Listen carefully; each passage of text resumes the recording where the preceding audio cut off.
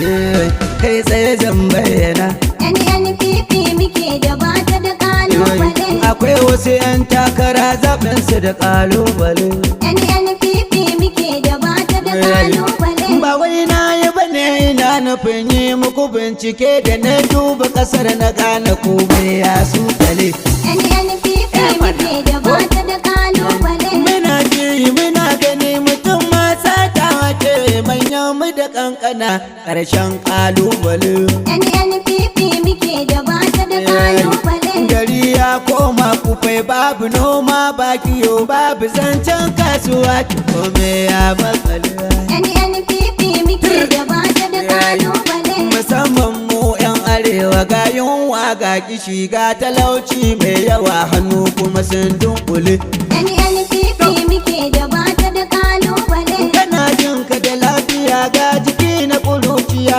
amma babu wurin zuwa kofa ta fitar an kulle NNPP muke da bata da kalubale.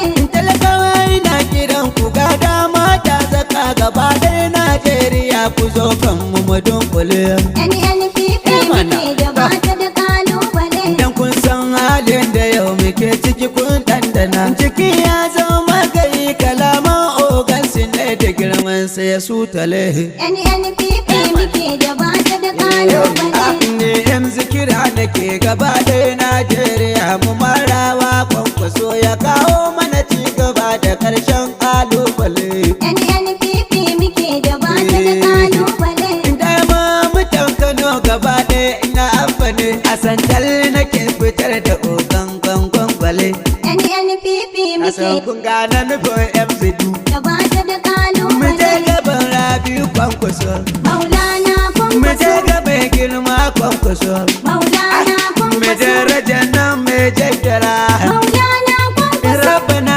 Allah ka kaddara maulana shugaban kasa baiwa kwankwaso Maulana hankalin kwankwaso, kasa ko zai kwanta Maulana Kano kwankwaso, a gwamna sai abba Maulana kwankwaso, abba Kano na kewarka maulana kun abba Kano na neman ka Maulana gida kwankwaso, gida na kewarka Maulana tun kwankwaso, baya kai ne zaɓin mu Maulana kwankwaso, abin mu baya ya gamu Maulana kwankwaso, amana mana dai na kwankwaso abba gida gida gida gida gida gida gida na kwankwaso abba gida gida gida gida gida gida gida Misbahu Abdallah MZ domin neman ƙarin bayani